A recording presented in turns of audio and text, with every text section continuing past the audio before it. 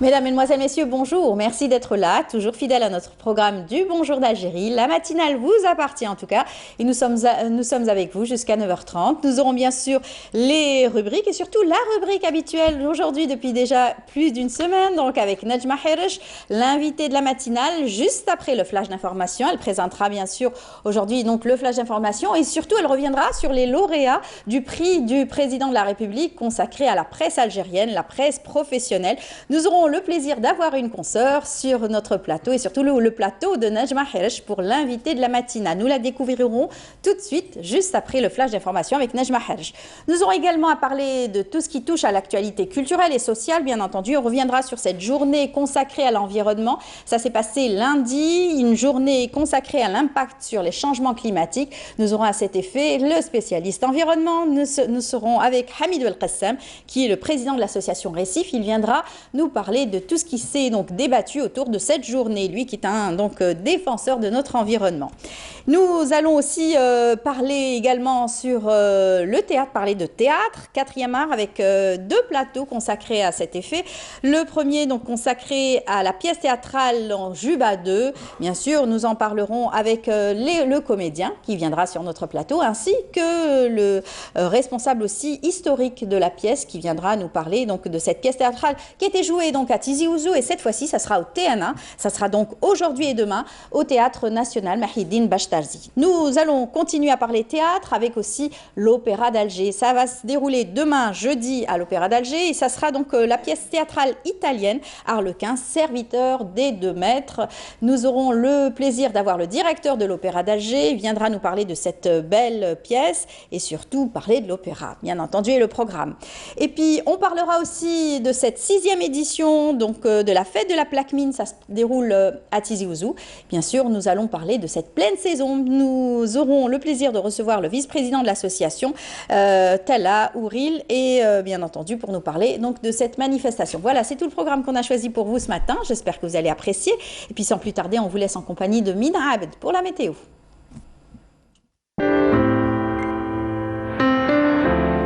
Suivez l'air du temps avec Mobilis. Elle est en forme, elle est là, elle a pris son café, tout est prêt. Non, pas encore. Pas encore. Ah, j'ai dit faux alors, tout est faux. Comment faux. ça va, Mina? Ça va. Parce que vous êtes souriante, vous êtes en forme, donc j'ai supposé que vous aviez pris votre café. Non, parce que je sais que je vais le prendre. Ah, d'accord. Que... Allez-y, il va faire beau? Il va faire beau. Très bien, il fait chaud hein, quand même. Hein. À 10h, on souffre un petit peu. C'est vrai. Bon, vrai. On vous laisse présenter la météo. Merci beaucoup, mesdames, mesdemoiselles, messieurs, bonjour et très bon réveil. Et bien, cette matinée sera marquée par de la brume, des nuages bas également sur l'ensemble des régions côtières. Et puis, le ciel restera plutôt dégagé tout au long de la journée. On aura quelques passages nuageux, notamment du côté de Béchar, avec parfois quelques orages. Et puis, un ciel voilé vers l'extrême sud, le Hogar et le Tassili, le sud-ouest. Les températures de cet après-midi, eh bien, on notera sur la moitié nord 23 degrés à Alger, 24 degrés à Oran, Tlemcen, 23 degrés à Tiaret, 22 du côté de Annaba, on notera un minimum de 16 degrés à Betna, 25 à Gardaya, 28 degrés à Béchar, Hassim Soud, 27 degrés à Elizi, 30 à Tanara Janet et enfin 41 degrés, ce sera la maximale à Borj Bedi Mokhtar et Ngezam. On passe tout de suite à l'Europe pour aujourd'hui. Eh bien, le ciel restera plutôt couvert à Londres, Dublin, Paris, Berne, Berlin. On notera des averses à Prague, Budapest, du soleil à Marseille, Madrid, Rome. Côté Mercure, on notera 8 degrés seulement à Varsovie ainsi qu'à Oslo, 12 degrés à Prague, 13 à Budapest, 19 degrés à Bucarest, 6 seulement à Helsinki, 23 degrés à Rome, 16 à Berne, 11 à Berlin, 17 degrés à Paris, Londres et enfin 24 degrés à Marseille. Place tout de suite à l'éphéméride et puis pour plus d'informations, le site de Météo Algérie reste à votre entière disposition, les www.meteo.dz. Très bonne matinée et à tout à l'heure midi.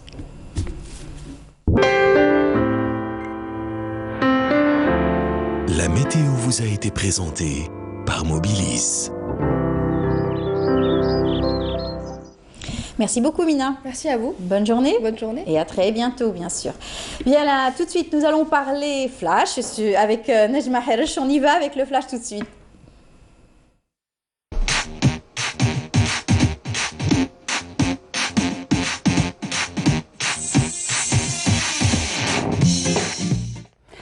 Bonjour Amel, bonjour à tous. Dans l'actualité, on commence par la clôture des travaux hier de la rencontre nationale sur la prévention et la gestion des risques des catastrophes naturelles. Donc la clôture a été présidée par le ministre de l'Intérieur, des collectivités locales et de l'aménagement du territoire, Nourdine Bedoui, qui a mis l'accent sur l'importance du processus de consolidation des capacités juridiques de formation et de sensibilisation de l'Algérie afin d'affronter efficacement les risques des catastrophes naturelles.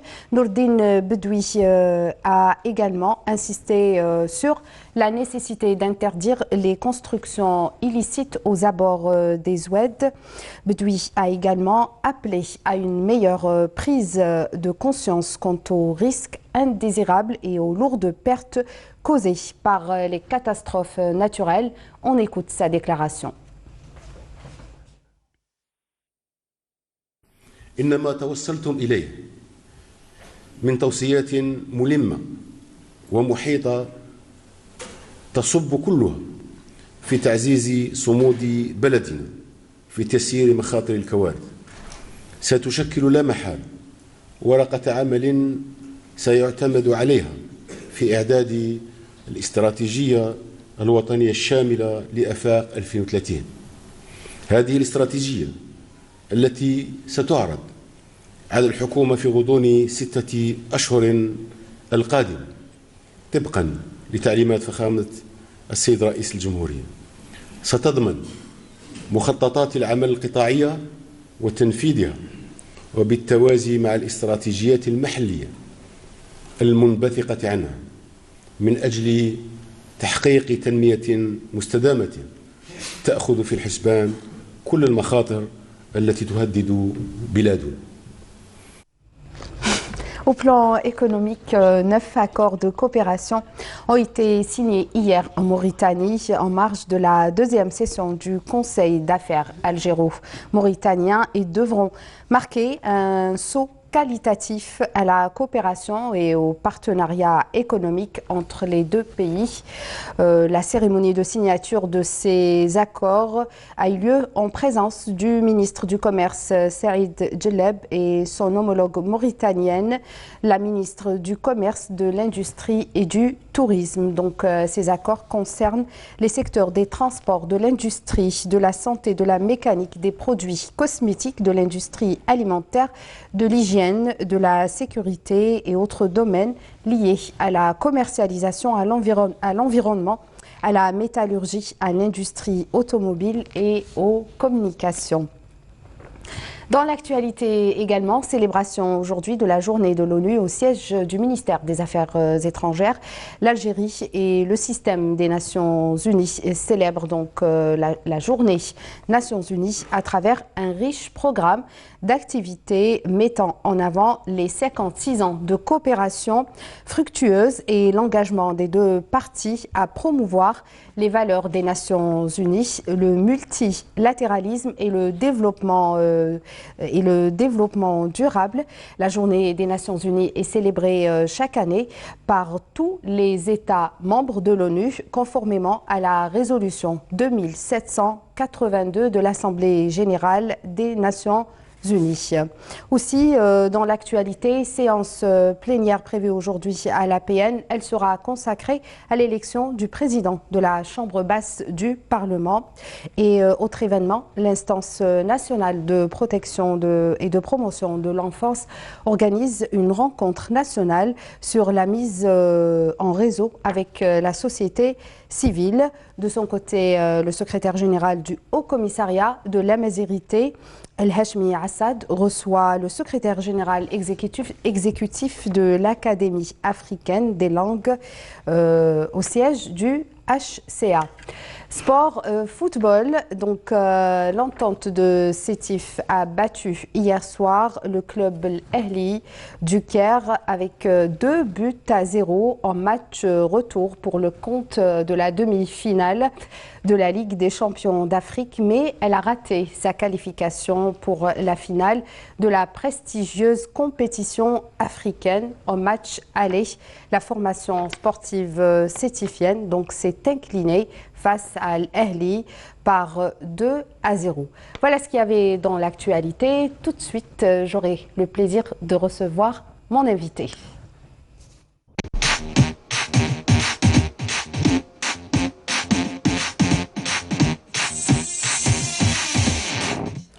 Bonjour, elle est journaliste, elle est collègue, c'est une amie aussi.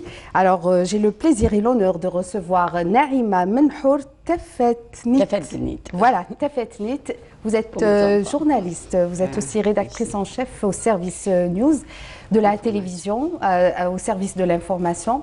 Donc, vous venez d'être distinguée, une très très belle honorification et pas des moindres, le prix du président de la République, du journaliste professionnel.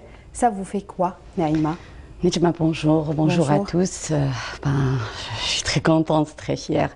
Une fois encore, on a prouvé que la télévision algérienne est une grande école. Et puis, on s'est imposé on s'est imposé par nos produits pour avoir les 3 prix. Donc les 3 prix ont été dessinés pour la télévision. Les 3 premiers produits. Les 3 prix de l'audiovisuel, c'est pour la télévision algérienne. Et ça vous a fait quoi quand on a annoncé votre nom? Vous étiez comment? J'étais émue, bien sûr. Vous avez pleuré? C'est l'émotion, j'ai pleuré, oui. Mais j'étais très fière. Fière d'appartenir, très contente et fière d'avoir honoré la télévision algérienne. Bien sûr, c'est une distinction qui vient couronner 22 ans d'expérience au sein de la télévision. Et donc, parlez-nous, ça concernait quoi, votre reportage? Il parlait de quoi? Très bien. Le thème de cette année de ce prix, c'était vivre ensemble en paix. Voilà. Vivre ensemble en paix, c'est l'Algérie, Alger, elle a été proclamée capitale vivre ensemble en paix. Donc on a préparé des entames, c'est-à-dire il fallait montrer que en Algérie, vivre en paix, ça existe. Mon thème, j'ai choisi entre musulmans et chrétiens. Voilà. Et plus encore, j'ai été à Notre-Dame d'Afrique. Voilà. Et là, c'est un reportage de 13 minutes que j'ai réalisé. Donc vous avez interviewé des musulmans, des chrétiens? J'ai été sur place, on a fait un repérage, et puis on a été sur place pendant 10 jours de tournage. C'était 8 jours de tournage, voilà, avec l'équipe de l'information, le NG que je salue, avec un seul caméraman, une seule équipe, c'est Bedi Sarehan qui a réalisé avec moi ce reportage sur 13 minutes. On s'est installé dans la place de Notre-Dame d'Afrique, et puis on voulait voir est-ce que ça existe, vivre ensemble en paix entre chrétiens et musulmans. Notre-Dame d'Afrique, on l'a choisi parce que c'est un endroit où on trouve les 2 religions. Et vers la fin, en conclusion de mon reportage, ce qu'on a constaté, c'est que la placette de cette Notre-Dame d'Afrique, c'est le lieu de rencontre entre les 2 religions. C'est le lieu de rencontre entre musulmans et chrétiens. On a les chrétiens qui font qui sont à l'intérieur de la cathédrale, et on a les musulmans qui sont en train de se balader et de profiter de la belle vue de cette placette qui donne vers la mer. Il y a même des musulmans qui rentrent, qui visitent. Oui, on visite. D'ailleurs, je l'ai montré dans mon reportage. Oui. C'est des musulmans qui rentrent, qui visitent et qui voient. Ça a toujours existé. Et puis les sonores, c'est des sonores forts. On a interviewé, on a trouvé des étrangers, des Algériens, des musulmans, des chrétiens. Et puis on a compris à travers le reportage, je ne sais pas si vous l'avez vu, Nejma, que les gens disent que Alger, c'est la ville où c'est une belle ville. L'Algérie, c'est un beau pays où on sent qu'on est à l'aise, où on ne sent pas ces différences, parce que vivre ensemble, c'est accepter les différences. Accepter, bien oui. sûr. C'est accepter les différences et avoir l'esprit de l'estime, l'esprit du respect aussi. Et pas uniquement Alger, c'est dans toute l'Algérie. Oui, c'est en Algérie. Voilà, je parle d'Algérie, de notre pays. Je parle de notre pays, bien sûr. Voilà. Quelle que soit l'origine, quelle que soit, on parle tous le même langage, on a tous le même comportement. Retour à votre expérience journalistique. Vous avez commencé en quelle année? Vous avez fait quoi? En 93, j'ai fait l'ITFC, j'ai fait le journalisme. En 93, ma première école, bien sûr, que je suis très fière de citer, c'était l'UFC. Voilà, j'ai commencé avec l'UFC et puis on a été à la production, on a été au Comédor, c'était au Comédor à l'époque. Et juste après, j'ai intégré la télévision algérienne à travers la production avec notre cher réalisateur, c'était une école, Saïd Olmi. Donc j'ai commencé à travailler avec lui, j'ai travaillé Télématin en tant que reporter à l'époque de Karim Boussalem, il présentait Télématin. J'ai travaillé aussi, Saïd Olmi m'avait choisi et c'était un honneur pour moi d'animer l'émission Tout est possible avec Riyad Rabbi Rahmou, que je rends hommage. Riyad Boufedji. Voilà. Et j'ai fait aussi la 3. Il y avait à l'époque de Houria Khatir, elle était directrice. La A3, la chaîne voilà, satellitaire. Et c'est un long parcours. Et juste après, c'était Vous étiez la dans direction. Le reportage aussi. Oui, bien sûr, c'est des enfants. reportages. Oui. Là, j'étais dans le reportage. Voilà, mon parcours, c'était reporter. Reporter, c'était le terrain. Le terrain, 22 ans de carrière, c'était le terrain. Et puis, c'est la direction de l'information que je me suis installée, reporter. Que vous revendiquez le plus, peut-être. Bien sûr, service politique. J'ai fait le service politique avec Nader Boukabes, donc qu'on salue, qui m'a toujours encouragé, que c'est un bosseur. On a beaucoup appris, Et ça prouve encore une fois, la télévision algérienne, c'est une grande école. On apprend, et on apprend toujours. Voilà. Toujours, on ne finira jamais d'apprendre à la télévision. On ne finira jamais d'apprendre. Voilà. Et la preuve, regardez par exemple, il y a plein de journalistes qui sont sortis de la télévision algérienne, qui ont brillé ailleurs, que ce soit en Algérie ou à l'étranger, même dans des hautes instances politiques. Quelle est votre idole, Naïma? Vous vouliez, quand vous avez commencé à la télé, vous vouliez ressembler à qui? Vous avez une personnalité, une tête d'affiche, enfin une journaliste connue Celui qui m'encourageait à l'époque, qui m'a permis de travailler, qui m'a vraiment encouragée, surtout pendant la décennie noire, et c'est mon défunt père, c'est mon papa. Hommage à lui. Donc je travaillais, je voulais qu'il soit fier de moi. À chaque fois que mon nom passe, il est là, il est fier, il m'appelle. C'est pour mon papa. C'est-à-dire à chaque fois que je fais un bon travail, c'est pour que je sois saluée par mon papa, Rabbi Rahmou. D'ailleurs à qui j'ai dédié mon trophée et ma réussite. Le trophée qui est là, je ne sais pas si on peut le voir en image ou on l'a déjà vu. Donc voilà, hommage à votre papa, mais aussi à tous les journalistes décédés. Bien sûr, c'est pour ma grande famille, c'est pour la famille de la télévision algérienne, j'appartiens à la télévision algérienne, c'est la réussite de toute l'équipe de l'ENTV. Et on ne parle pas de journalistes seulement, on travaille en équipe.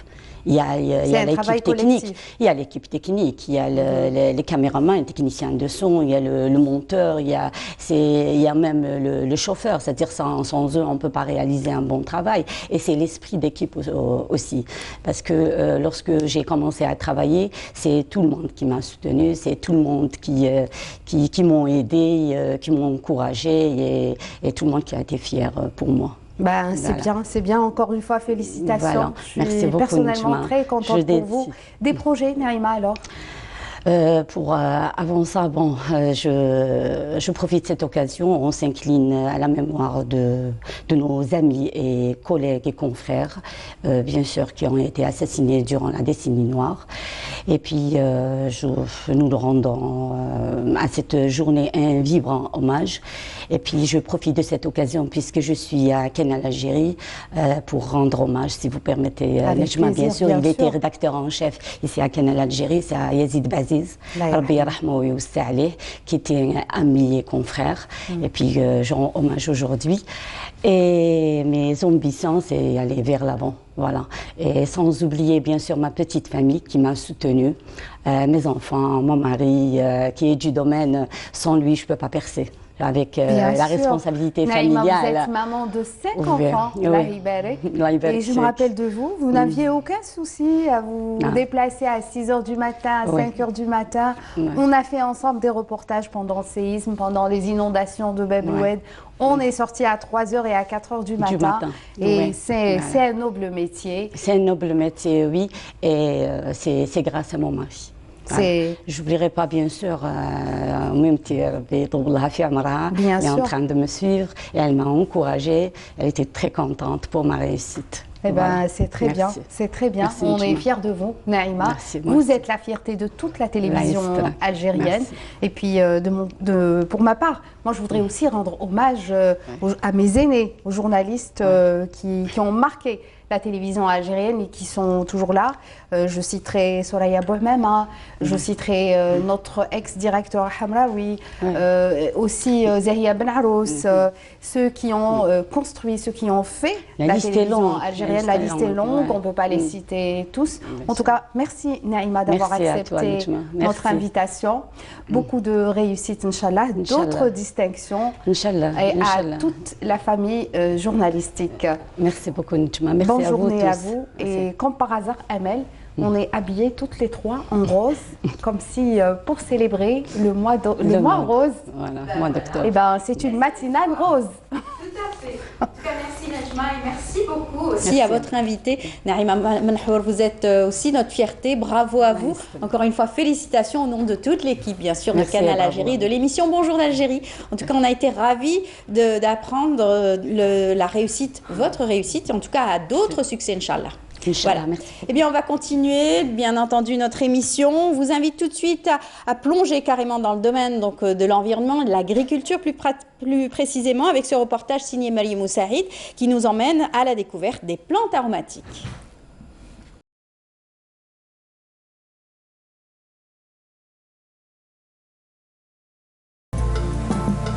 Les fleurs ont une place incomparable dans nos jardins et balcons.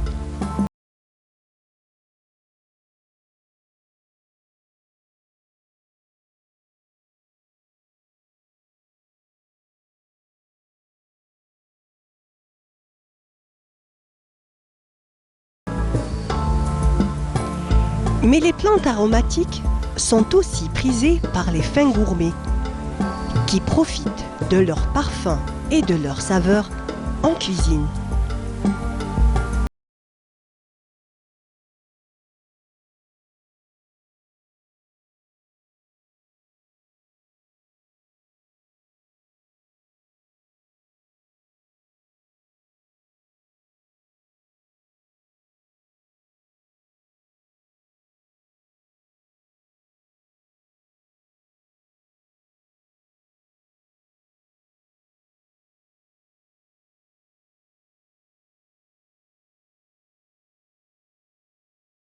Du bassin méditerranéen est depuis toujours agrémentée de romarin pour les grillades, d'origan pour les sauces et les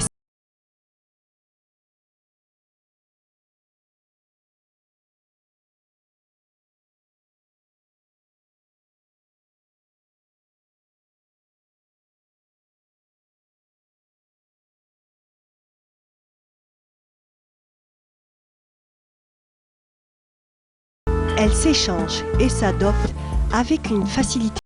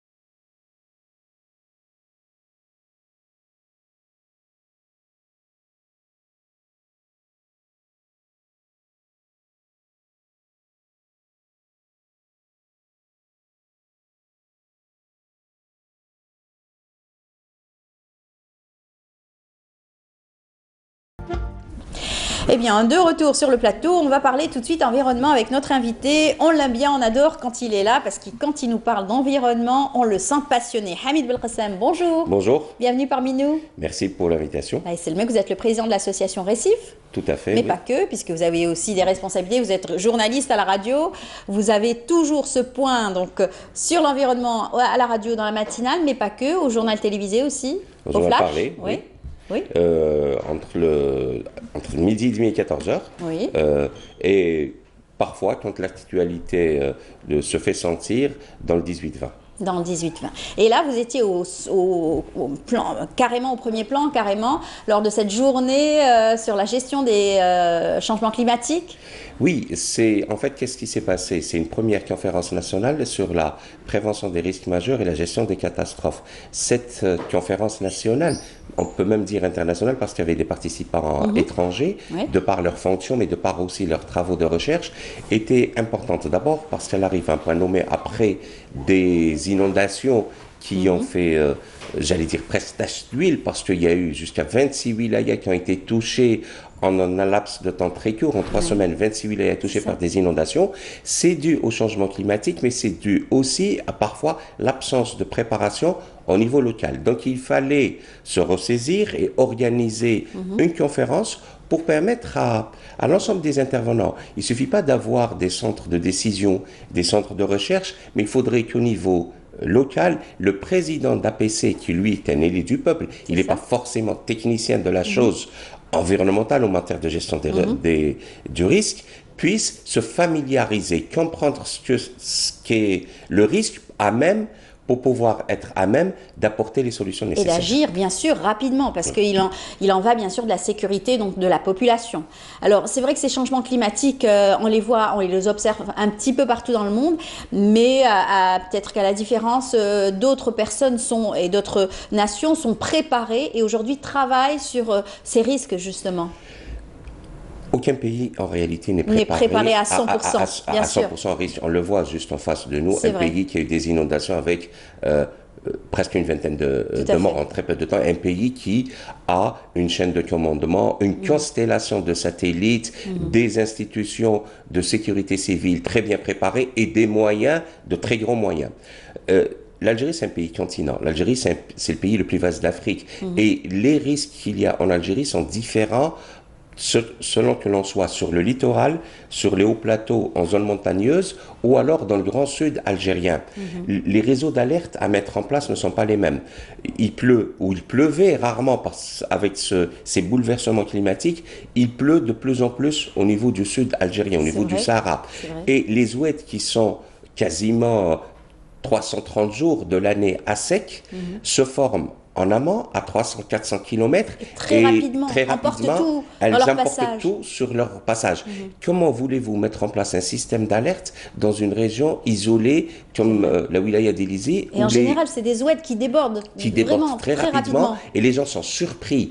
Et donc, c'est pas toujours évident. Et pourtant, il faut mettre en place un système d'alerte, il faut mettre en place un système de gestion de tout ce qui est cours d'eau parce que l'objectif premier, c'est préserver, sauver les vies humaines. C'est vrai. Alors, on parle beaucoup des inondations parce que c'était l'actualité ces derniers temps, bien entendu, et malheureusement, plusieurs wilayas ont subi ces inondations.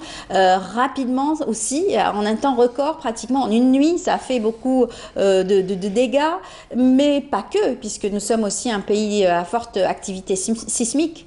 Justement. C'est un pays à forte activité sismique. Vous savez, on est à la confluence entre deux plaques tectoniques, la plaque africaine et la plaque eurasienne, qui se rapprochent de 4 à 6 mm par an. C'est énorme.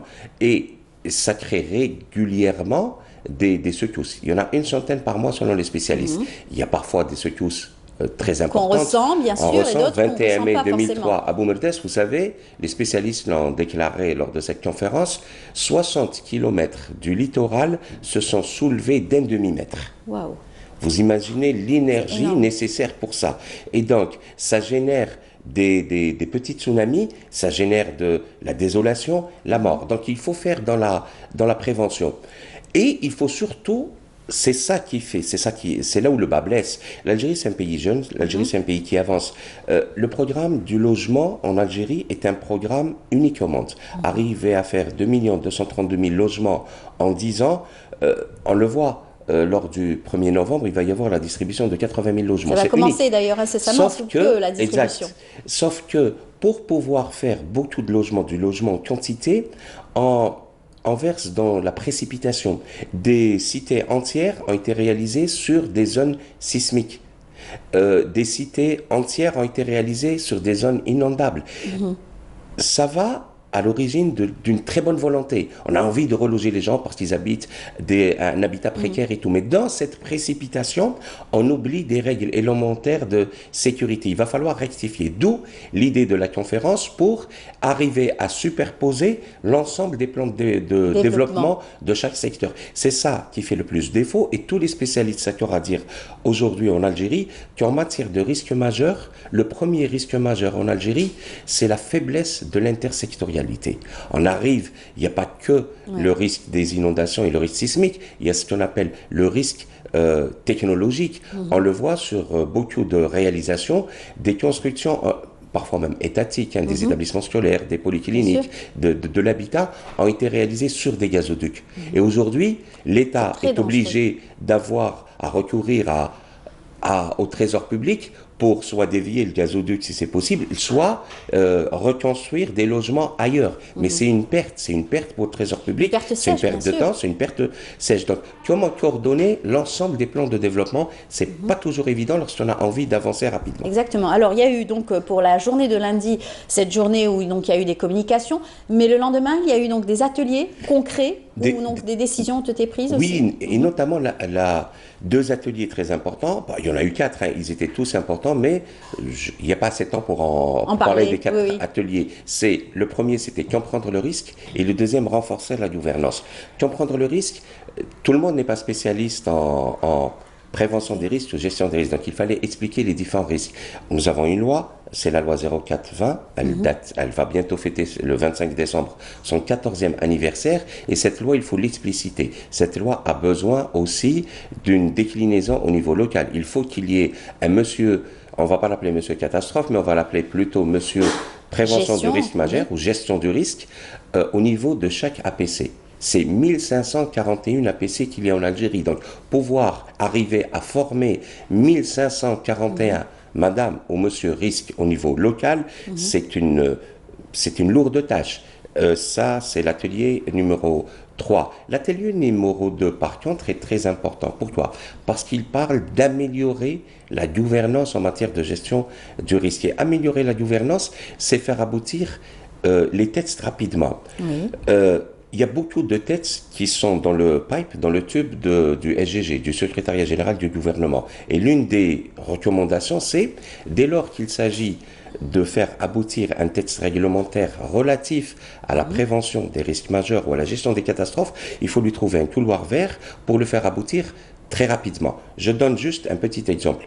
La loi 04-20 sur les relatives à la prévention des risques majeurs et à la gestion des catastrophes a été promulguée le 25 décembre 2004. Son article 68 prévoit la création d'une délégation nationale de risques majeurs. C'est celle-là même qui a organisé cette conférence. Alors, il aura fallu attendre 6 ans et demi pour voir naître la délégation nationale de risques majeurs. Pourquoi? Parce que tous les départements ministériels finalisent des textes juridiques, réglementaires, qui ont un canal bien précis. Ils passent d'abord au secrétariat général du gouvernement pour être discutés et ils s'entassent. Or, un texte relatif à la prévention du risque n'a pas d'agenda. Il doit passer parce que le risque, il est là. Il est urgent, bien sûr, de travailler.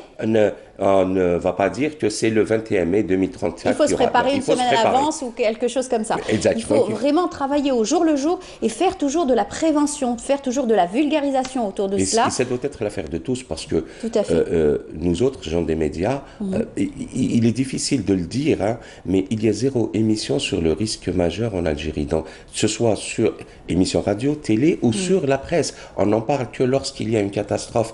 Mais l'acte, la prévention doit doit être quelque chose au quotidien. Des pays sont arrivés après plusieurs catastrophes, comme le Japon, à réaliser une vraie stratégie nationale du risque. C'est ce qui a été demandé, c'est l'une des recommandations et des exigences telles que spécifiées par Monsieur le ministre de l'Intérieur, qui a dit les orientations de Monsieur le Président de la République sont très claires. Nous avons 6 mois pour mettre en place une stratégie nationale de prévention des risques majeurs et de gestion de catastrophes à l'horizon 2030. Donc les recommandations seront suivies d'un comité de pilotage pour faire arriver, pour faire naître, pour créer cette structure qui va gérer la prévention des risques d'un côté et la gestion des catastrophes de l'autre. Tout à fait. Alors vous avez aussi donc des spécialistes présents lors de cette conférence, mais aussi beaucoup donc d'associations qui sont aussi des spécialistes aussi à leur tête, donc des gens qui travaillent sur la préservation de notre environnement. La préservation de l'environnement, c'est l'affaire de tous. Des scientifiques, il y a une dame fort sympathique qui a présenté son expérience et travaillé sur la vallée d'Ehrir. Ehrir, c'est à proximité de Jalet, dans la wilaya d'Elizi. Très belle région. C'est une très belle région qu'il faut préserver. Pourquoi? Parce que, vous savez, les ressources fossiles sont en train de péricliter. Au profit, je l'espère, des énergies renouvelables. Et lorsque l'on prend soin de ces perles comme la vallée d'Ehrir, vous savez, la vallée d'Ehrir, il y a un petit lac, il y a un oued, il y a une palmeraie. Il y a une végétation. Il y a une végétation, c'est très beau. Mais on se doit, c'est un coin perdu, c'est vrai, au beau milieu du désert. Il y a de la roche. C'est un endroit magnifique qui pourrait demain devenir une destination touristique de tout premier plan. Donc il faudrait, au jour d'aujourd'hui, la préserver pour lui permettre demain à cette palmeraie, à ce site, mais aussi aux populations environnantes de pouvoir bénéficier d'un tourisme que l'on espère durable.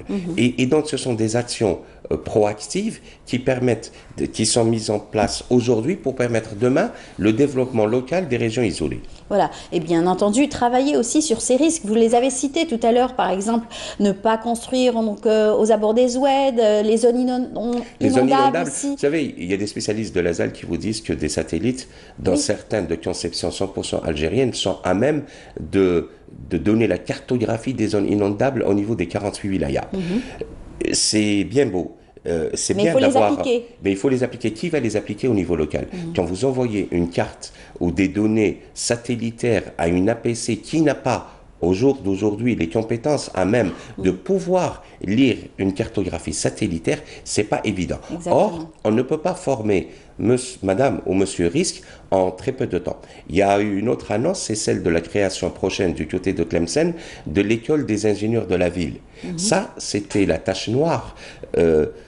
Nous avons 48 Il y a eu une commission justement qui a formé des ingénieurs de la ville avec des architectes, des responsables aussi de l'environnement qui ont travaillé en équipe pour essayer d'apporter un embellissement aussi efficace tout en étant bien sûr dans le respect de l'urbanisme par exemple. Il le faut, mais pas que le niveau d'ingénieur ou d'architecte, parce que ça prend, c'est Bac plus 5. Or, dans certaines régions, les APC ont une faiblesse sur le plan de la qualification technique.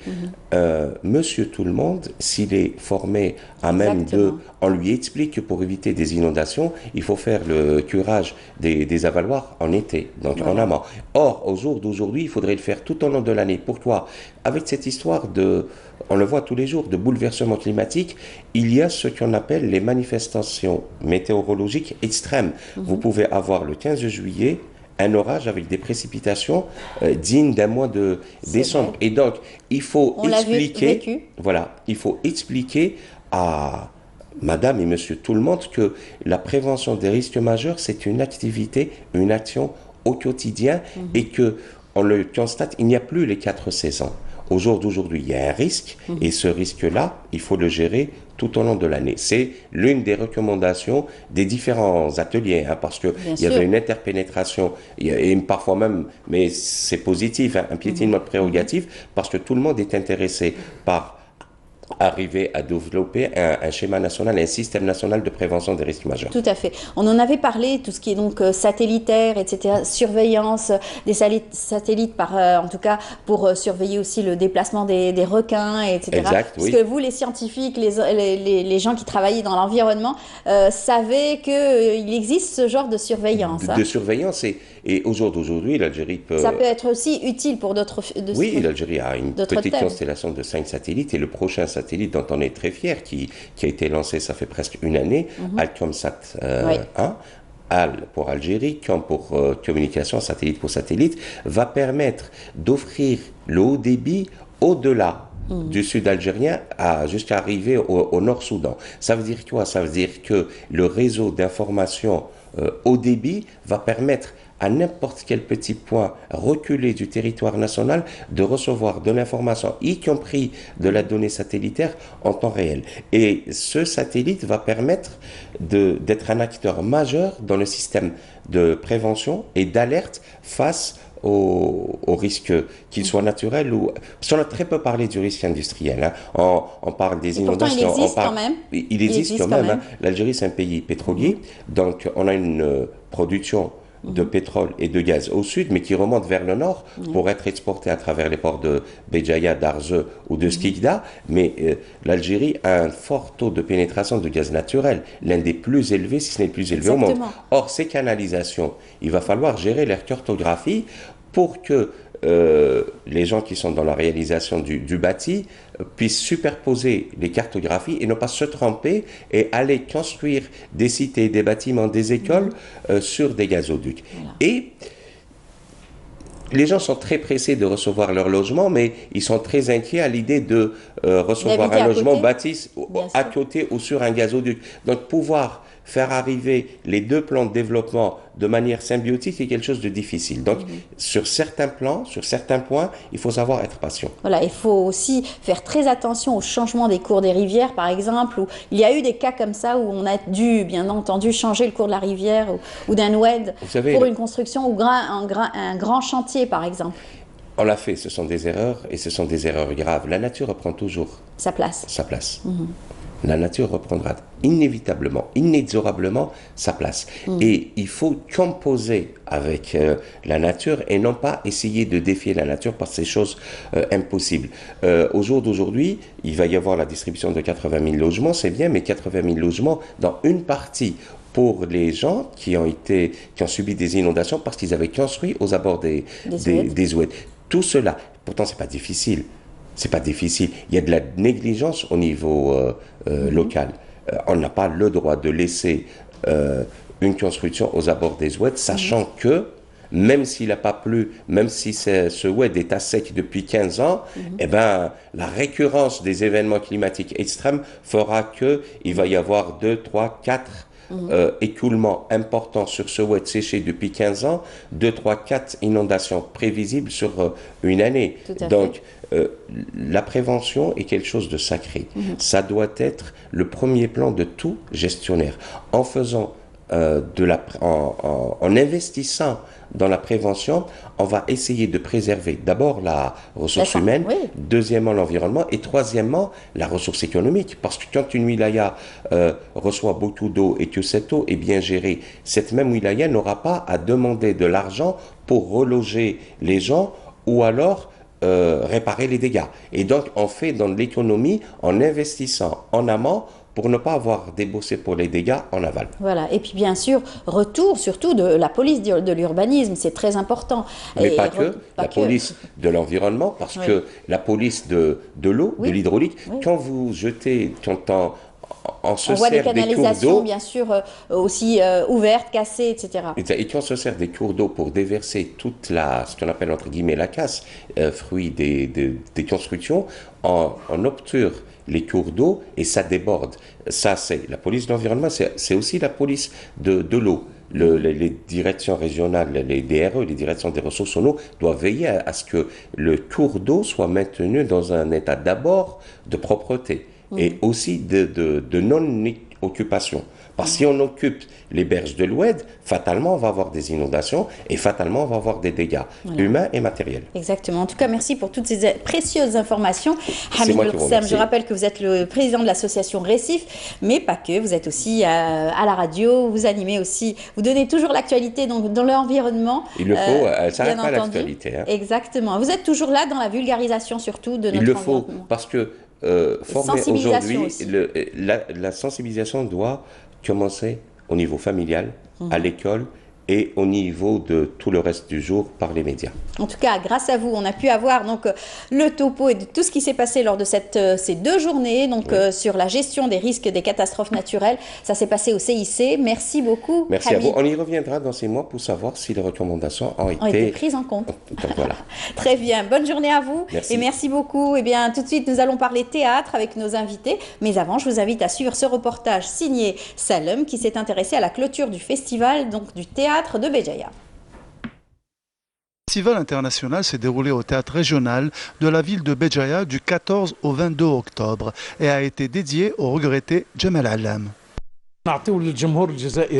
Nous voulons donner au public algérien à travers ce festival un aperçu sur la culture étrangère pour qu'il puisse se situer. C'est en voyant ce qui se fait ailleurs qu'on a su nous-mêmes à quel niveau nous sommes arrivés. Sid Ahmed Agoumi, ce géant des planches et acteur talentueux reconnu, a été honoré à l'occasion de la clôture de ce festival pour sa longue carrière théâtrale et cinématographique. Sur scène, Agoumi a lu un passage de la nouvelle pièce théâtrale qu'il interprétera. أنا اسمي سيد أحمد أقومي لكن اسمي الحقاني مزيان ما نكرتش اسم بابا. بابا كان طاير كان مزوج يخيط الكوستيم وإذا تحاول تفهم يحدد لك فيستا فوق ظهرك وإذا تطول في الكلام يقصر لك في السروال. بابا ما عنده وين يجي للزوج. Pour ma part, Sid Ahmed Agoumi est un acteur hors pair, un des plus grands qu'a connu la scène théâtrale et cinématographique algérienne. L'homme qui rôde autour du théâtre pour choisir le bon texte, le bon adaptateur, le bon casting de l'acteur de cinéma ou de l'homme tout court. Le Festival international de Béjaïa a rendu hommage aux femmes et a été placé sous le thème « Paroles de femmes ». Voilà, de retour sur le plateau, nous allons continuer à parler théâtre aujourd'hui avec nos invités. Ils étaient venus nous parler donc de la première et la générale, bien sûr, de la pièce théâtrale qu'ils ont présentée à Tizi Ouzou. Ça y est, ils s'installent, Juba 2 s'installe à Alger, au TNA, Théâtre Mahidine Bachtarzi. Ils sont là pour nous en parler. Monsieur Malek Felleg, bonjour. Le comédien, marhaba bik. Bonjour, merci pour l'invitation. Allah yselmek. Et monsieur Rabah Bousta, bonjour. Bonjour et merci pour l'invitation. Allah yselmek, vous êtes le conseiller culturel de la pièce. Oui, c'est ça. Surtout le volet historique. Le volet historique, oui. Bien entendu. Comme nous l'avons dit la dernière fois, donc lors de la générale à Tizi Ouzou, d'abord il faut signaler qu'il y avait un accueil chaleureux où pas moins de 10 minutes où ils n'arrêtaient pas d'applaudir les comédiens pendant tellement qu'ils étaient émus pour cette pièce. Et le mérite aussi revient à toute l'équipe, au théâtre régional de Tizi Ouzou, à tous ceux qui ont l'habitude de travailler dans cette wilaya. Bien sûr, et le metteur en scène aussi, qui a eu le courage de toucher à un sujet aussi difficile, puisque quand on touche à l'histoire, c'est pas facile, il faut vraiment travailler la chose, que ce soit côté bien sûr historique avec les costumes, l'histoire, le texte et tout, il faut vraiment se documenter. Pour vous, ça a été le cas? Vous avez travaillé votre rôle? Juba 2, c'est pas rien? On a travaillé dur avec l'aide de toute l'équipe, metteur en scène, et puis le conseiller historique, même le conseiller artistique et tout. Donc on a bossé, et puis le jour de la générale, il y avait du public et il a été très ému. Donc, alhamdoulilah, donc notre tâche a été faite convenablement. Voilà, on vous sent en tout cas plus rassuré, plus souriant, plus serein, je pense, pour ce soir déjà. Oui, déjà, en fait, pour ce soir, ce sera au TNA, Mahidine Bachtarzi. Donc, c'est le théâtre qu'on connaît très, très bien, et on connaît aussi le public du TNA. Donc, on doit donner un beau spectacle. On va les rendre heureux et connaître aussi notre histoire de Juba 2, vu qu'il est l'un des grands rois numide. Donc on doit faire nos efforts pour que... Faire connaître l'histoire à une plus grande majorité, en tout cas de la population, s'intéresser à notre histoire et donner aussi, toujours, quand on est comédien, quand on est metteur en scène, il faut toujours apporter quelque chose au public. Donc le public vient voir une pièce, vient en tout cas profiter de sa soirée, mais apprendre, ressortir avec une histoire et apprendre beaucoup. Exactement, vu que la pièce elle parle de l'histoire, de ce qu'il a fait Juba II à notre, dans la région. Donc c'est énorme, vu qu'il a travaillé sur le savoir, sur comment dirais-je, sur la littérature et tout. Donc c'est énorme, le public doit le savoir. D'ailleurs à la Générale, il y avait des gens qui s'est étonnés comment on ne le sait pas. On connaît ce nom de Juba II, mais ce qu'il a fait, on ne le connaît pas. Donc, c'est ce qu'on a apporté de cette pièce, qu'on a fait savoir le public que Juba II, c'est pas juste comme ça, c'est pas juste un nom, mais c'est quelque chose de grand. Voilà. Alors, quelles ont été donc les critiques après la Générale, après Tizi Ouzou? Est-ce qu'on est venu vous dire il faut changer un petit peu, on vous conseille peut-être, non? D'abord, vous savez qu'il y a des traditions à Tizi Ouzou, rien ne vient du néant. Cette pièce, c'est la consécration, je pense, de 10 ans de travail des traditions dans cette wilaya pendant où il était directeur de la culture, El Hadi Oudlali, dans cette wilaya. La consécration de cette pièce Juba II, pour moi, c'est la naissance d'un metteur en scène à travers Elias Moukra, qui vient de confirmer avec la dimension de cette pièce après 10 pièces dans son palmarès. Je pense donc qu'avec Juba II, on vient pour la première fois montrer le vrai visage du théâtre de la wilaya de Tizi Ouzou. Concernant les critiques, nous avons l'avantage, contrairement à d'autres théâtres un peu partout, de travailler sous le contrôle d'une commission artistique.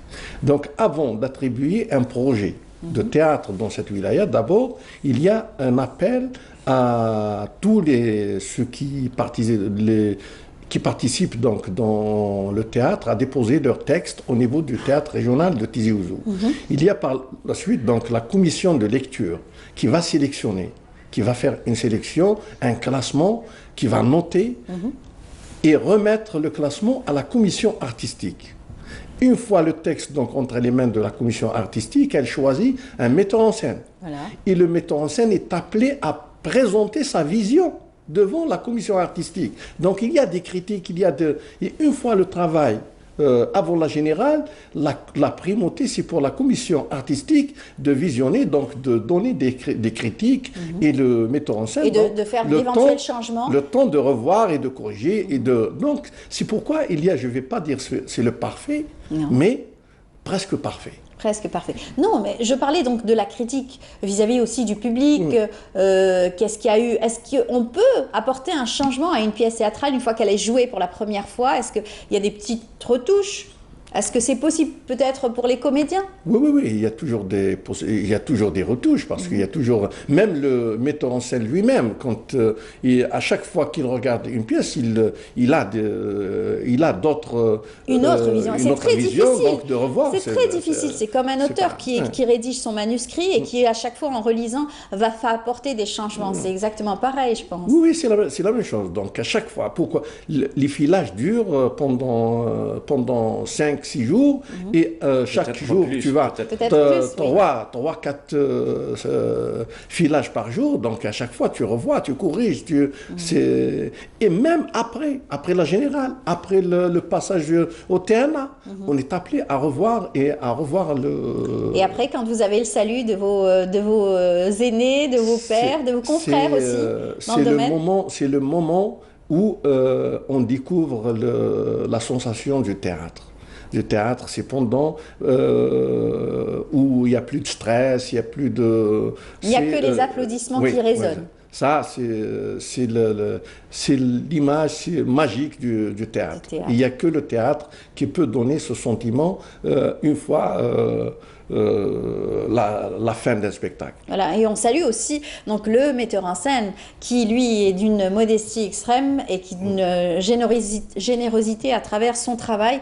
Il a fait appel à des comédiens qui ne sont pas forcément connus. Pour vous, Malek, vous avez donc travaillé à la télévision, au théâtre, on vous connaît, mais il a fait appel à d'autres comédiens aussi, pas très connus. Exactement. Il leur a donné cette chance aussi. Exactement.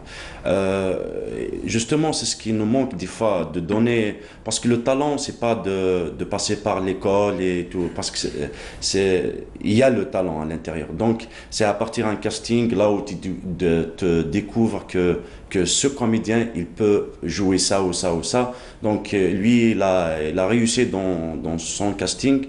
Je le salue pour ça. Donc, même le texte par rapport à la langue qu'il a fait, donc c'est un effort énorme pendant 5 ans, je pense, 4 ans ou 5 ans d'écriture, et puis mettre c'est ce qu'il a écrit sur scène avec des comédiens nouveaux. Donc, quelque part, c'était un risque, mais il a réussi. Voilà, un défi en tout cas pour lui et pour d'autres comédiens. Vous avez incarné quand même un personnage assez important, historique. C'est pas facile, vous avez dû travailler votre rôle et beaucoup vous documenter. Exactement, donc c'est là où j'ai appris que Juba II, pardon, c'est un auteur. Il avait 2 livres, un il l'a appelé le titre Libika, et moi, Juba II, le roi de la Numidie. Donc, même j'ai cherché d'avoir ce livre pour le lire et tout. Donc, voilà, on s'est... Exactement. Ouais. Voilà. En tout cas, bonne chance pour cette soirée, cette présentation au TNA. Ça sera donc ce soir et demain également. Également à 18h. Donc on fait appel à tous les gens de la capitale qui viennent voir ce spectacle, parce que c'est un spectacle à ne pas rater. Voilà. Exactement, un spectacle à ne pas rater. Oui. Bien entendu, vous êtes sur d'autres projets peut-être maintenant?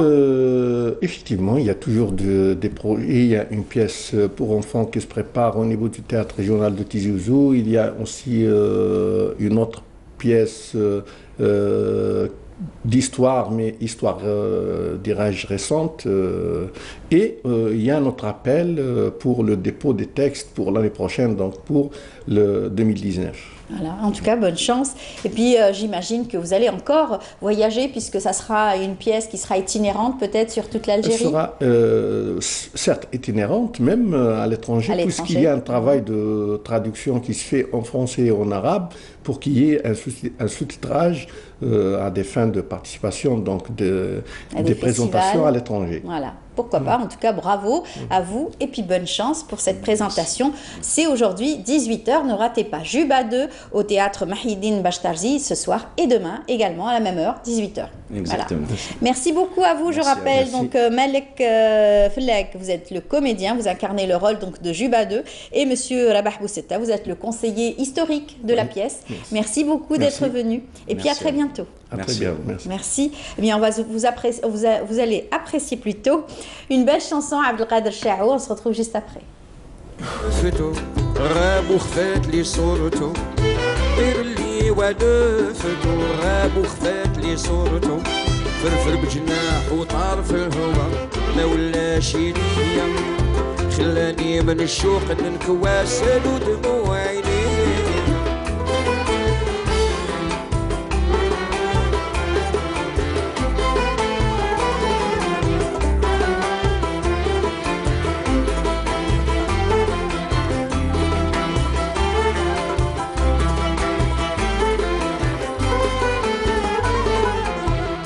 لي في زماني نسمع صوته ونغايمه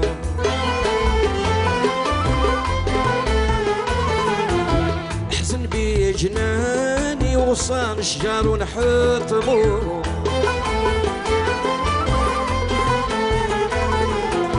ما بقى لي في زماني نسمع صوته ونغايمه حزن بي جناني شجار ونحطمه يعني عمل جميل فيا يبريني عافاته يا من يعمل جميل فيا يبريني عافاته طير لي ونزله غاب وخفات لي صورته طير لي ونفته غاب وخفات لي صورته فرفر بجناح وطار في الهوما ما ولا شي دنيا خلاني من الشوق ننكوس دموع عيني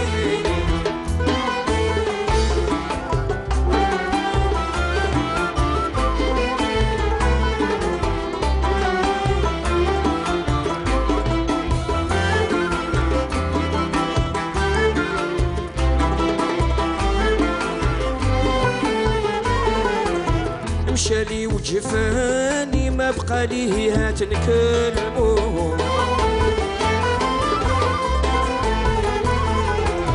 انكرني وخلاني وقلبي للهم سلمو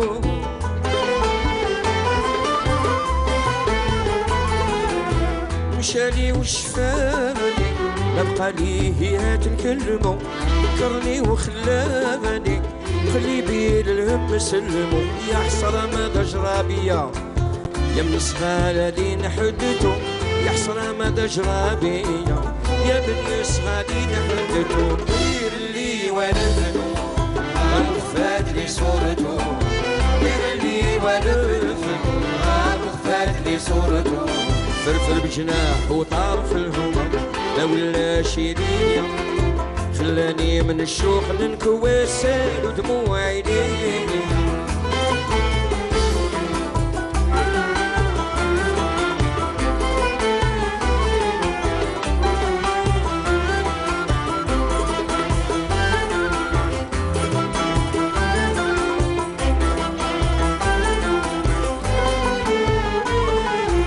سلو دموع ياباني وبصاري يا خي نعظمو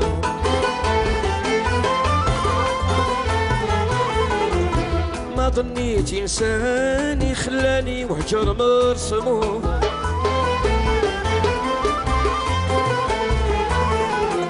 سالو دموع عياني وبصالي يا خي نعظمو ما ظنيت انساني خلاني وجه مرسمو تركني ولا رفع عليا واش يبريني كيدو تركني ولا رفع عليا اش يبريني كيدو طير لي ونفدو وخفات لي صورته طير لي ونفدو وخفات لي صورته فرفر بجناح وطار في الهما لا ولا شي دنيا خلاني من الشوق ننكواسل ودموع عيني.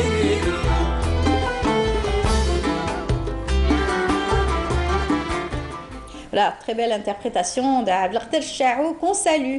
Nous allons parler de l'opéra d'Alger et surtout encore une fois du 4e art et pas en tout cas un simple opéra qu'on aura l'occasion d'aller voir ou simple pièce théâtrale, une des plus grandes donc, en tout cas qui incarne le théâtre italien. Avec nous pour nous en parler, nous avons le plaisir d'avoir ce matin Nordine Saoudi, bonjour. Bonjour, c'est toujours un plaisir d'être ici parmi vous. Merci, vous êtes donc le directeur de l'Opéra d'Alger, vous avez une grande culture musicale, mais pas que, puisque le théâtre aussi vous intéresse au plus haut lieu. Ben écoutez, aujourd'hui en tant que manager d'une institution, d'un espace prestigieux, il est clair que le bonheur est pluriel et il existe également dans le théâtre. Et donc nous avons pour ce rendez-vous le plaisir d'accueillir quelque chose qui est très important, c'est le Piccolo Théâtre de Milan. Oui. C'est un peu comme si on avait invité la comédie française, etc., sachant que la comédie dell'arte, c'est là qu'elle a commencé, et qu'elle a essaimé à travers le monde, et qu'elle a influencé nombre de réalisateurs, de dramaturges, de comédiens, d'hommes de théâtre, et qui continue encore jusqu'à aujourd'hui à essaimer pour le bonheur de tous. Exactement. Et c'est un rendez-vous des plus importants que vous avez donc proposé cette année pour l'Opéra d'Alger. Écoutez, je suis très fier d'accueillir Piccolo Théâtre. C'est quelque chose qui est pratiquement mythique, sachant que c'est leur 3e passage ici en Algérie. Une première fois mais on n'était pas concernés, c'était en 1959. Ah. Une deuxième fois, pas très loin, c'est en 2005, avec le renouveau un peu et le redéploiement du théâtre et de ses institutions ici en Algérie. Donc ça s'est passé au TNA, et cette fois-ci dans cet espace prestigieux qui est l'Opéra d'Alger, avec tous les moyens donc, que nous pouvons offrir à ces comédiens, cette équipe. Absolument, absolument. Et donc j'attends avec, comment dirais-je, plaisir, fierté et impatience demain.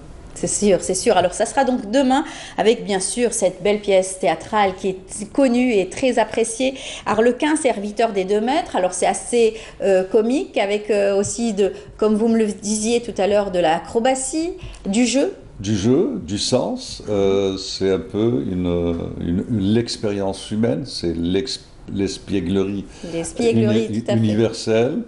Je suis tenté de faire un rapprochement avec notre si attachant et mythique personnage Jaha, si vous voulez, sur un autre registre, mais c'est tout un jeu qui permet d'appréhender l'histoire, enfin le sens profond de la vie,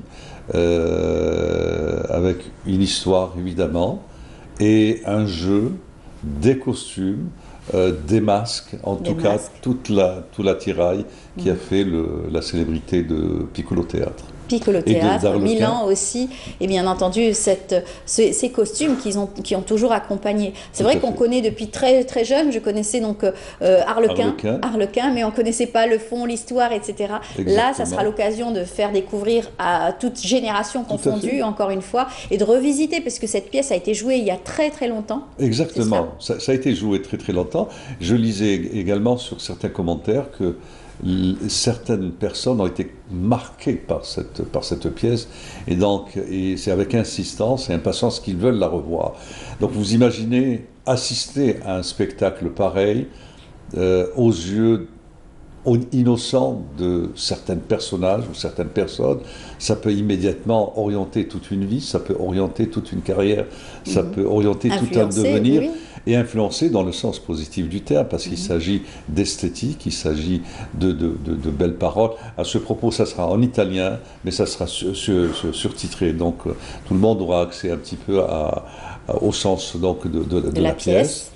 Et ce qui est également très intéressant pour la première fois, je le dis, c'est également un spectacle pour grands et petits, alors que généralement je dis, n'emmenez pas vos enfants à l'opéra, mais cette fois-ci c'est quelque chose qui sera donc accessible un petit peu à tout le monde, et chacun en fonction de sa construction pourra appréhender le message à sa juste valeur. Voilà, c'est une pièce, je l'ai dit tout à l'heure, qui a beaucoup voyagé, qui a été donc traduite, qui a été reprise, donc beaucoup de metteurs en scène ont travaillé sur ce texte-là, et bien entendu le texte qui va vers Carlo Goldoni, c'est cela ? Goldoni, exactement. Il a écrit la pièce. Tout à fait.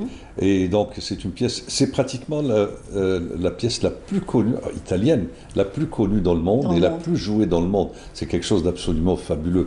Donc je dis à tous aux Algérois en particulier, et à tous ceux qui peuvent prendre 24 heures, de ne pas hésiter un instant et de foncer vers Alger Ouest, direction Opéra d'Alger, pour un spectacle absolument extraordinaire et de qualité qui va rester dans les esprits des grands et des petits. Et surtout que c'est un théâtre prestigieux. Alors, il ne faut pas oublier aussi que donc, la vente des billets se fait au niveau donc, de l'Institut culturel italien, parce que c'est bien sûr en collaboration avec l'Institut culturel italien, mais aussi au niveau de l'Opéra d'Alger. Absolument.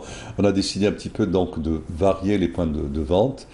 Pour ceux qui trouveraient peut-être que l'opéra est un peu loin, donc il y a un point de vente au niveau du Centre culturel italien. Et à ce propos, évidemment, je tiens à remercier Madame Maria Battaglia, c'est un partenaire que nous saluons, qui a tout fait pour que ce projet puisse être une réalité. Et donc c'est un partenariat absolument gagnant-gagnant pour le bonheur de tous. Exactement, pour le public algérien. Est-ce que j'ai oublié quelque chose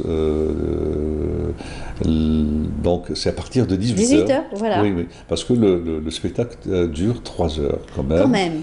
Avec 3 actes et donc 2 respirations. Et j'adore ces respirations, donc ces entr'actes, pendant lesquels je suis convaincu que le public aura plaisir à discuter, à refaire le monde, disons, en parlant de la pièce et de tout ce qui entoure cette pièce. Tout à fait. Alors, en parlant de l'actualité donc de l'opéra, moi-même j'ai pu en tout cas visiter votre site et le portail bien sûr de l'opéra pour pouvoir me documenter sur cette pièce théâtrale. On trouve donc d'ailleurs toute la documentation de la programmation de l'opéra. Absolument. Aujourd'hui sur www.opéra d'Alger.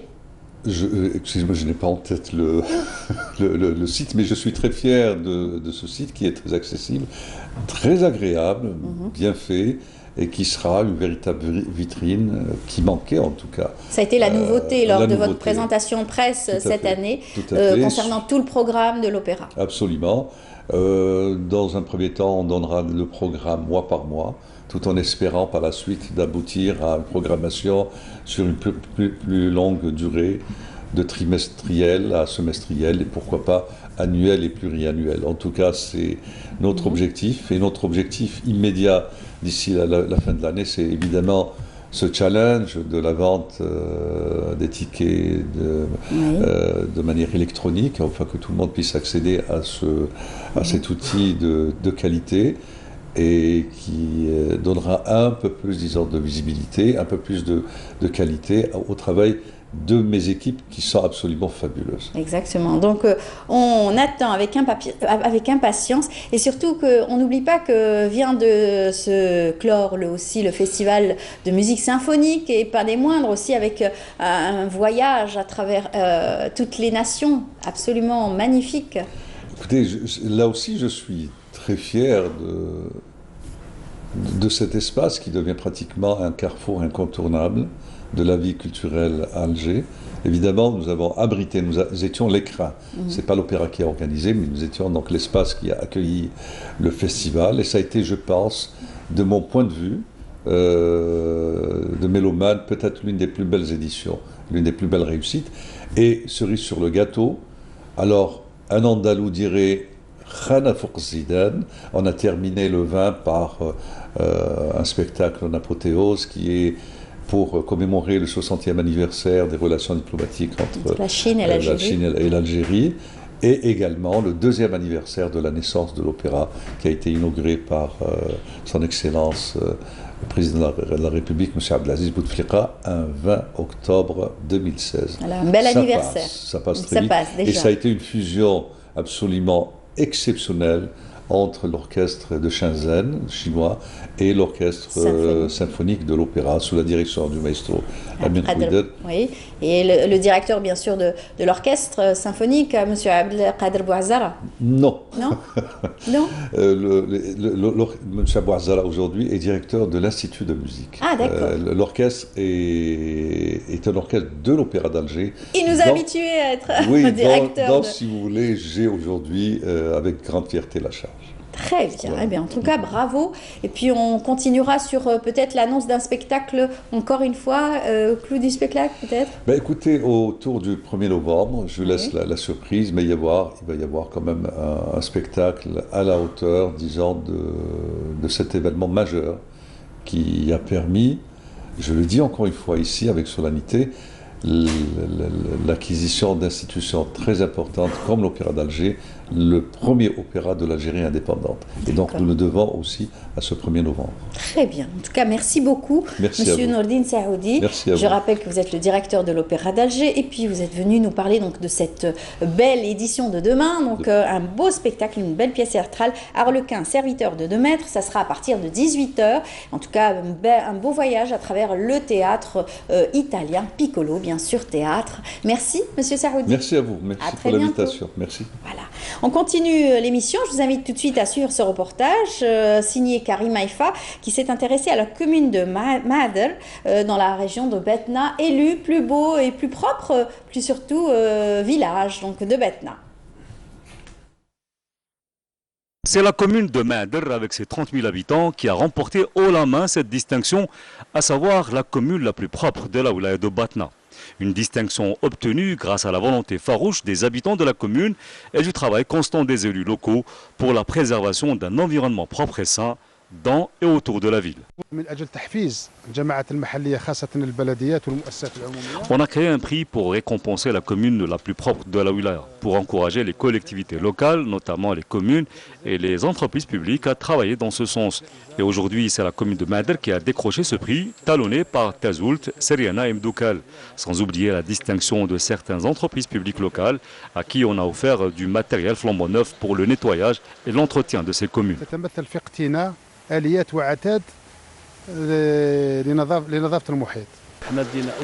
Nous avons décroché ce premier prix où étaient en compétition 61 communes de la wilaya de Batna. Ici, nous avons une culture de la propreté que nous avons héritée de nos aïeux. Une culture de la propreté que l'ensemble des habitants de la commune cultivent et revendiquent. Ce que vous voyez là, c'est le fruit du travail et des efforts soutenus à longueur d'année de la part des habitants, mais aussi des élus locaux de la commune, tels que le PAPC, le chef de Daïra, ainsi que le Wali de Batna. Notre village est propre, ses habitants aussi. Déterminés, les jeunes de Madr se donnent rendez-vous tous les week-ends pour une journée dédiée à la propreté, une action qu'ils espèrent médiatiser pour faire des émules dans d'autres villes du pays. De retour sur le plateau, là nous allons parler de Plakmine. Je vous l'ai annoncé en tout début d'émission, nous allons donc revenir sur cette 6e édition de la fête des Plakmines à Tizi Ouzou. Et bien pour nous en parler, on a toujours plaisir à les recevoir. Il s'agit de Younes Abdelrahmani. Bonjour. Bonjour. C'est ça. Bienvenue, vous êtes le vice-président de l'association. C'est cela. Tala. La fontaine du roi. Voilà, c'est très beau en tout cas. Et avec nous, monsieur Dahak, c'est ça? Madame, bonjour. Medid? Oui. Marhaba bik. Merci, madame. Vous êtes aussi membre de l'association, c'est ça? Vous êtes très actif. Vous étiez venu l'année dernière pour nous parler de cette édition, 5e édition. Non, c'est pas moi. Pas vous. Mais je sais que l'association est venue. Décidément, aujourd'hui, j'ai tout faux. Hein. Vous étiez venu, je me rappelle, parce qu'on a parlé de Plakmine l'année dernière. Voilà, vous étiez venu. Ouais. L'association est venue en tout cas. Oui, exactement. Et puis on a parlé donc de la fête des Plakmines et c'est en tout cas une occasion de faire de la promotion autour de votre ville, autour de votre village, autour de la commune, autour... C'est cela? Exactement, c'est beaucoup plus de connaître le fruit et de le sortir de Mishtaras exactement. Et en plus de flahin, c'est-à-dire les agriculteurs. Voilà, exactement, développer ce fruit et faire connaître à tout le monde exactement. Voilà, il est très apprécié dans la région? Bien sûr, apparemment c'est très apprécié. En tout cas, il est beau le fruit, hein. Vous avez ramené une très belle corbeille et celle-ci est magnifique. J'en connais, c'est très beau. Le plakminier, c'est l'arbre, bien sûr, qui donne les plakmines. Et bien sûr, c'est un fruit qui est très apprécié par certains. Ça se consomme comme une tomate, pratiquement. Non, c'est un fruit. Exactement, c'est un fruit. Non, mais ça se consomme. Voilà, exactement. Ouais, c'est comme une tomate. Oui. Comme une tomate. Alors, comment on va s'organiser le 26 et le 27 octobre? Bon, pour le moment, on est en train de préparer exactement cette fête. Il y a beaucoup de travail. Donc, je remercie les organisateurs sur le terrain parce que un travail vraiment très efficace. Donc, je profite de l'occasion de remercier le PAPC de Mishtaras, M. Choubala, avec le centre de formation et les organisateurs et les amis de l'association. Et Inch'Allah, ça va réussir cette année, c'est la 6e édition. Donc il y a un programme vraiment très chargé. Donc il y a une première journée, deuxième jour, donc il y a beaucoup de choses à... Par exemple? Voilà, donc... des expositions, il y a des expositions. Bon, le matin, il y a le carnaval, le premier jour. Donc je remercie, il y a 6 associations qui vont venir du Cherchel, de Tipaza. Donc il y a Bougie aussi, il y a une association qui va venir avec 6, je crois. Oui, le groupe Scout Tafsoud de Mishtaras. Oui, le groupe Scout Tafsoud de Mishtaras, Scout Nadja. En tout cas, il y a 6 associations à Mishtaras. Ils vont faire un carnaval de siège de la PC jusqu'à centre de formation M. Saïd. Donc après, c'est l'ouverture avec l'avenir des membres du comité. En plus, le PAPE avec le PSP. PSC. Oui. Voilà. Donc, il y a une ouverture le matin. Après, il y a... Comment dire Mais en tout cas, ça sera donc animé avec plusieurs personnes. Maintenant, les gens donc sont habitués à cette édition donc du festival de la Plaque Mine, où donc il y aura du monde. Il va y avoir donc une animation avec les villageois déjà. Oui, à chaque année, ça augmente le nombre de personnes qui viennent visiter chez nous. Il y a plusieurs expositions du côté artisanal et surtout le côté artisanal qui est beau et surtout le CFPA, il est très beau, il est du style ancien. C'est la colonie française qui l'a laissé, c'est très beau et les expositions, c'est vraiment magnifique. D'accord. Alors il va y avoir quoi comme artisanat, quoi comme exposition? Cette année, l'avantage, cette année, il y a beaucoup d'exposants par rapport à l'année dernière. L'année dernière, parce qu'on a à peu près une quinzaine d'exposants. Mais cette année, ça a doublé. Donc, l'avantage déjà, les exposants, هما déjà يعيطونا. Déjà avant qu'on a نحوسوا عليهم, déjà cette année déjà هما اللي يعيطونا. Donc apparemment, parce que vous avez ça commence pris de l'avance à travers vos différentes éditions. Donc maintenant, ils veulent être plus visibles à travers leur savoir-faire et ils savent que grâce à ce festival, ça va drainer du monde et ça va encore attirer plus de monde pour pouvoir aussi être plus visible. Exactement. Même côté aussi culturel, on a à part les exposants après l'ouverture, il y a une pièce théâtrale avec un sketch. Aussi, il y a Miss Plaque Mine dans le programme. Et il y a un défilé de mode avec des petites filles pour faire Miss Plaque Mine. Donc, un programme très riche. Après le deuxième jour, normalement, il y a le matin un remerciement pour les associations. On va faire un hommage pour un grand chanteur de Slimane Azam. Donc, on va faire un hommage.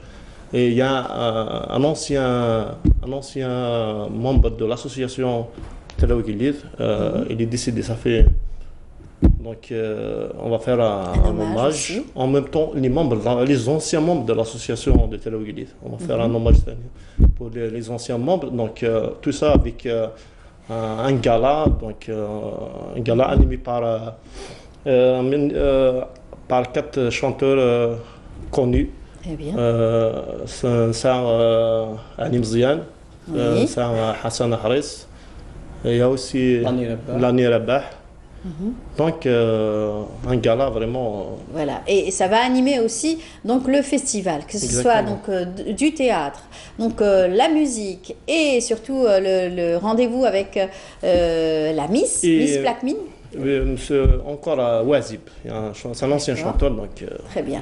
Qui va participer à ce festival et qui va animer aussi donc à travers un concert musical. Bien entendu, c'est aussi l'occasion de faire connaître le fruit, puisque c'est pas très répandu partout dans toute l'Algérie, peut-être dans certaines régions. Là, c'est l'occasion pour vous de faire connaître le fruit. Oui, aussi, on a contacté un institut, l'EPAF de l'arboriculture des fruits. On l'a contacté, il est venu chez nous, il a fait toutes des analyses pour le fruit, pour voir si bien fait et tout. Oui, et donc ça sera l'occasion aussi de faire une journée d'études peut-être sur les plaques mines. Ouais. Déjà, ils ont venu, ça fait 2 mois à peu près. Oui. Ils ont fait toute une étude sur le fruit. En fait, on a presque 4 variétés à Mistras. D'accord. Donc, il y a 4 variétés pour le moment. Donc, ils sont en train de chercher le fruit exactement pour faire connaître l'origine et surtout parler aussi de sa transformation. Est-ce que les gens de la région ont pu trouver peut-être à transformer soit en confiture, soit peut-être en plat ou quelque chose? Oui, justement. Faire des dégustations aussi. Exactement, mais dégustations déjà. Même au niveau des investisseurs, déjà, on a le contact avec l'Institut, l'ETAF. Donc, c'est à eux de contacter même les grandes entreprises pour faire de la confiture, donc pour développer dans le domaine du business. Voilà. Donc, ils vont faire un peu Voilà. Vous avez fait une belle affiche en tout cas, Plaquemine, 6e édition, bien entendu, ça sera donc le 25, le 26 et le 27, bien entendu, et dans la région de Tizi Ouzou. Oui. Voilà, et bien entendu, il y aura, comme vous l'avez dit, beaucoup d'animations. Alors, qu'est-ce que vous voulez encore nous dire autour donc, de cette 6e édition? Donc, c'est toujours avancé, bien sûr. C'est la 6e déjà, ça passe vite. Le fruit, déjà, il est connu presque notre région, même à l'extérieur, donc même d'autres régions. Inch'Allah.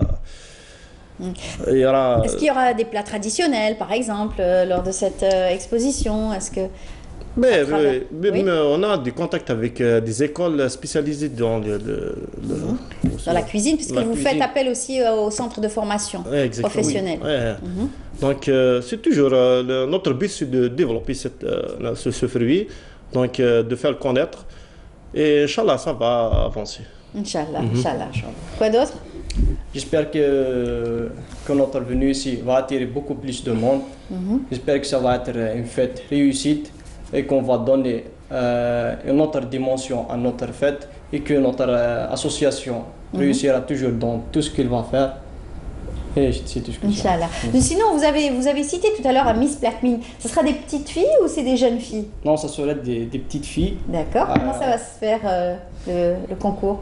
Bon, ils vont mettre des robes kabyles, bien sûr. D'accord. Ils vont faire un défilé. Un défilé de mode. Après, il y a une sélection de il y aura un jury. Voilà, il y aura un jury. On va sélectionner la jolie fille avec une belle tenue. Et on va lui remettre une écharpe. Voilà. Et ça sera la Miss Plaquemine. Elle va s'en rappeler. C'est aussi l'occasion de faire de l'animation autour donc, de ce festival. Alors, comme je le rappelle, vous l'avez dit tout à l'heure, il va y avoir une pièce théâtrale. Il va y avoir donc des concerts musicaux avec 4 artistes, c'est ça? 4 artistes avec... voilà. Oui, 4 artistes. On rappelle leurs noms? Ali Mzian, Wazib, Lani Rabah et... j'appelle... le 4e. Ali Mzian, Lani Rabah, Wazib et Hassan Ahras. Très bien. Ça va commencer à quelle heure à peu près les concerts? Le concert, c'est à partir de 13h. Très bien, les 13h. Donc, première journée, le 26, deuxième journée, le 27. Il y aura ce carnaval aussi. Il va y avoir un carnaval très animé le matin, vous disiez. Le premier jour. Voilà. Après l'ouverture officielle, bien sûr, du festival. Voilà, exactement. Très bien. En tout cas, bonne chance pour votre 6e édition. Bon courage. Je vous remercie. Merci d'être venu. Merci. Et puis bravo pour ce que vous faites pour votre région et surtout pour, encore une fois, faire connaître ce fruit, faire connaître à travers ce fruit. Grâce à cela, vous avez encore une fois organisé donc, un festival pour, bien entendu, mettre en avant la richesse de la région. Allez-y, vous vouliez dire quelque chose? Le dernier mot, je vais remercier bien sûr l'APE, le PLPC bien sûr, M. Chmal Omar avec l'équipe INS. Donc, je vais remercier les amis de l'association, bien sûr. Voilà. Donc, en fait, je tiens à présenter mes sincères condoléances à un cousin. Il est décédé, ça fait 3 semaines, de la famille Abdelrahmani, Inch'Allah. Et en même temps, la famille aussi, Lounis. نقول الله يرحمه فرحة إن شاء الله. الله يرحمه. هذا ما كان. Voilà, merci. Un coucou pour Elias et sa maman et les parents. Voilà, tout est dit, tout est fait. Merci. Bonne chance pour le festival et puis à très bientôt. Bon courage à vous. Merci, c'est gentil. Voilà, on est arrivé à la fin de l'émission. Merci beaucoup à vous de nous avoir suivis. Merci à toute l'équipe de nous avoir accompagnés. Et puis on vous donne rendez-vous demain, 8h, 9h, ici à cette même place. Bien sûr, avec bien sûr d'autres programmes. Au revoir et bonne journée.